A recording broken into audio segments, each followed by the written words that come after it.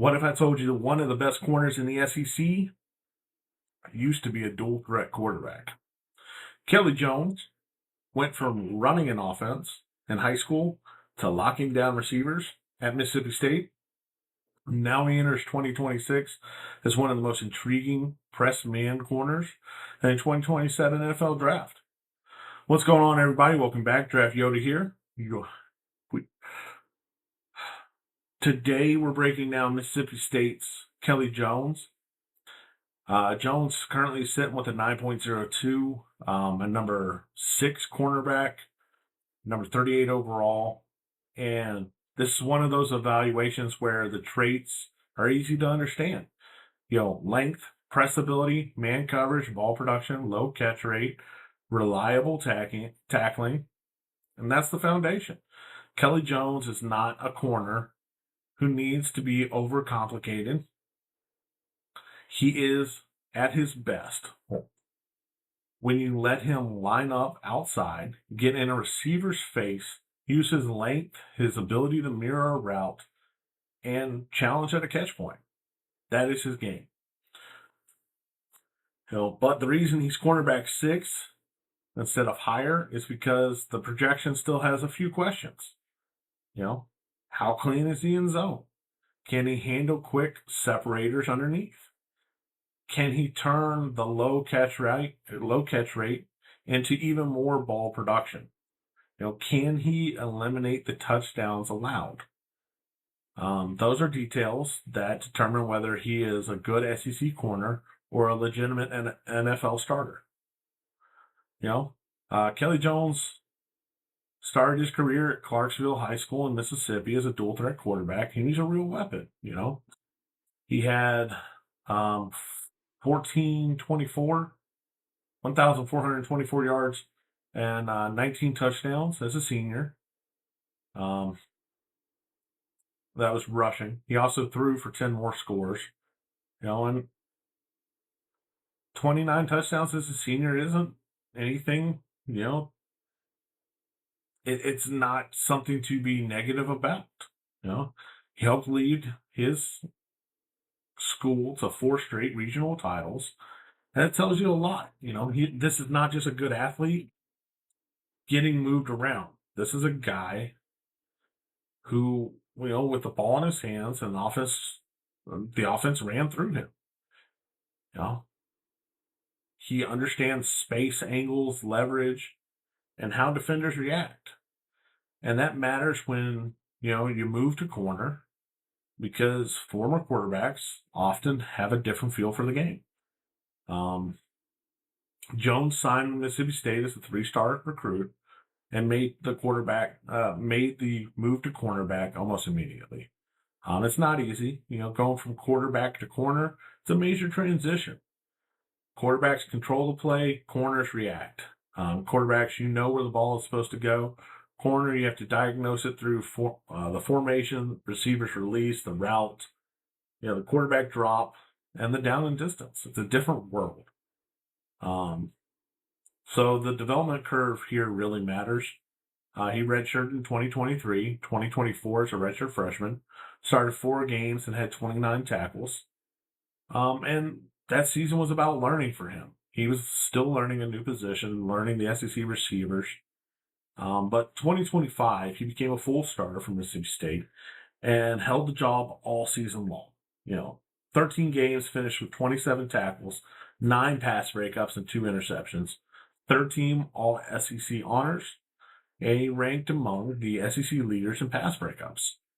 That's real production, But the most important number is he allowed the lowest catch rate among SEC corners. That's the headline.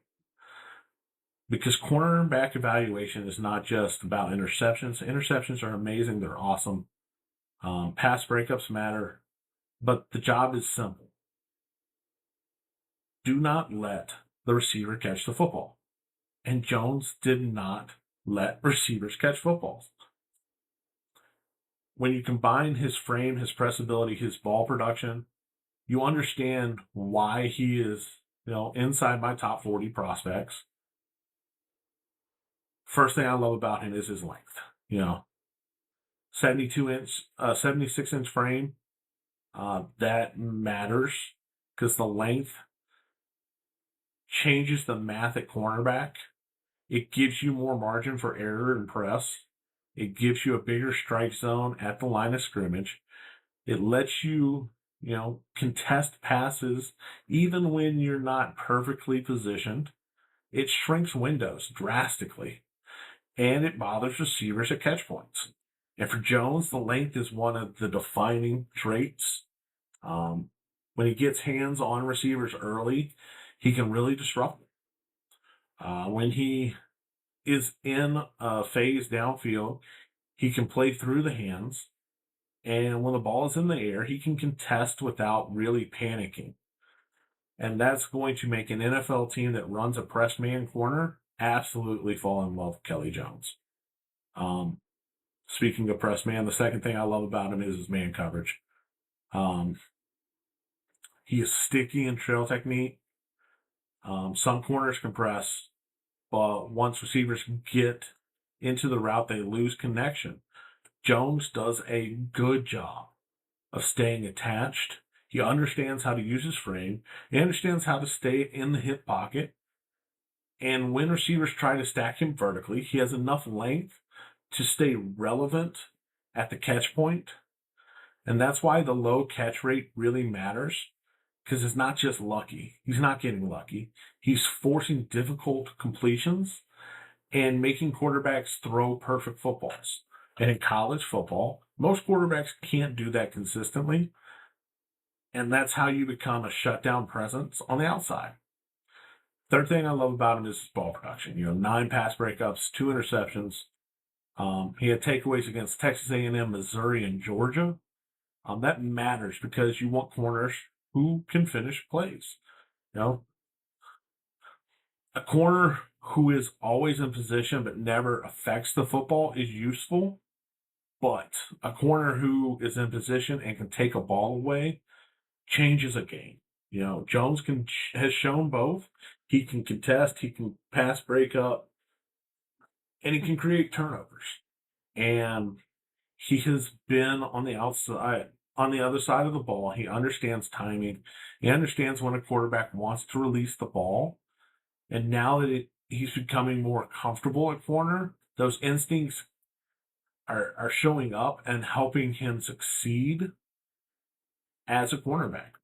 Another piece that I really like about him is his tackling. He only had 3 missed tackles. For a corner, that is super strong. Corners don't have to be linebackers, but they have to be willing and reliable tacklers, because the NFL is going to test you. They're going to throw screens. They're going to run crack tosses. They're going to force you to tackle in space. And Jones does not have a massive tackle volume, and we'll talk about that. But when he is asked to finish, he is generally reliable, and that matters. Jones opened the season with a relatively strong game against Southern Miss. And it was really a tone setter for his entire year as a starter. And then adding 2 more pass breakups against Arizona State, while handling a heavy workload on the outside, really kind of set himself into a path to become one of the better corners in the SEC.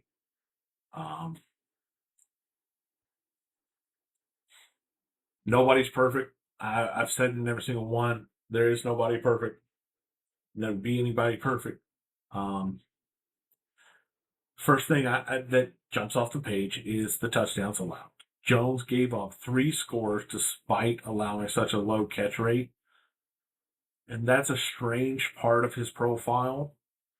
Because on a down-to-down basis, he was difficult to complete passes against. But when he did lose, some of those losses were extremely costly. And that has to tighten up. Great corners do not just limit completions, they limit the damage done against them. And if Jones wants to move higher on the board, he has to turn that low catch rate into a low explosive play profile as well. Second concern, I've already said it, is the volume of tackling. 27 tackles across 13 games isn't bad, but for an every down outside role, the volume is modest at best. Some of that can be a good thing if nobody is completing passes on you, your tackling chances go down. But NFL teams will study how involved he is in run support. Does he trigger quickly? Does he defeat blocks? Does he fit the alley?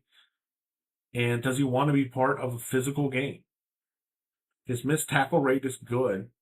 The question is, how much impact can he create on the ball if it's not coming directly at him? Third concern is quick separators underneath. And that's common for longer corners. Length is a weapon, but it also creates some stiffness. Smaller, quicker receivers can test him with sudden breaks like slants, whips, quick option routes, speed outs, quick pivots. Those routes force a taller corner to sink, redirect, and close quickly. And Jones can mirror in man-to-man, but underneath quickness is something teams will test against him. It's one of the key areas for him to develop during this next season to show he can handle, NFL slot type quickness when teams motion receivers and force mismatches. Another question he has to answer is zone technique. Jones is a much, much crisper man-to-man corner than he is in zone. His best trait is press man coverage, but NFL defenses want to be multiple. Every man heavy defense plays some zone.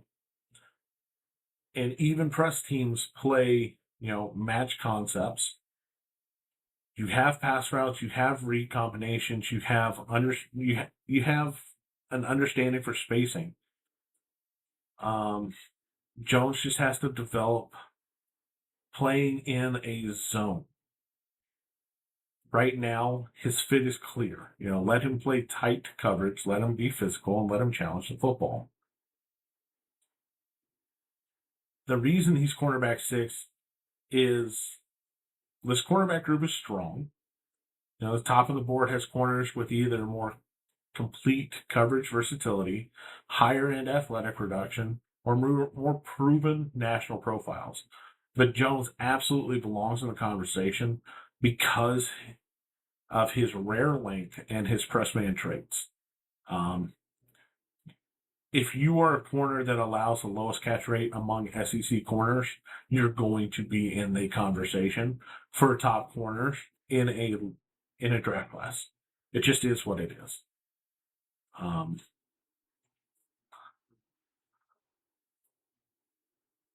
My question is, how much more development does he have?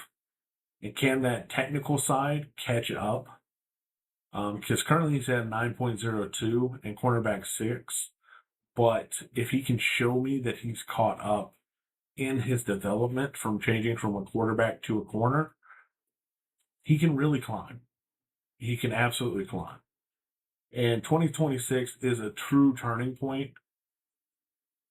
He can turn a strong profile into a national profile very quickly.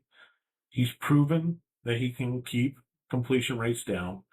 He's already proven that he has hands. Now it's time to take the next step. More takeaways, fewer touchdowns allowed, better zone comfort, more impact against the run. If you choose, 2 of those and really excel this season, he's going to shoot up this board like nobody's business. He can absolutely climb. Corners with this length are rare, and this low catch rate against him is rare as well. If he adds more ball production, cleans up the scoring plays, and shows he can handle more zone responsibilities, he really, really has a chance to rise. Um, Currently, he's sitting in 9.02 out of 10, my number 38 overall, cornerback 6. Going into this college football season, he's a long, sticky press man corner with rare length, strong trail technique, and reliable tackling and real ball production. You know, that's on my board. What do you think about Kelly Jones? Is he one of the most underrated corners in the SEC or in the nation by chance? Can he climb higher than cornerback 6 on the board? Where would you rank him among the best corners in college football? Drop your thoughts in the comments down below. If you've enjoyed these player evaluations built around film and analytics, make sure you hit the like button, subscribe to the channel, because we're going to keep putting in the work. Our goal is 100 prospects or more before college football kicks off. As always, I am Draft Yoda, Bill Rickman, your favorite draft nerd's favorite draft nerd, and we'll see you guys in the next one.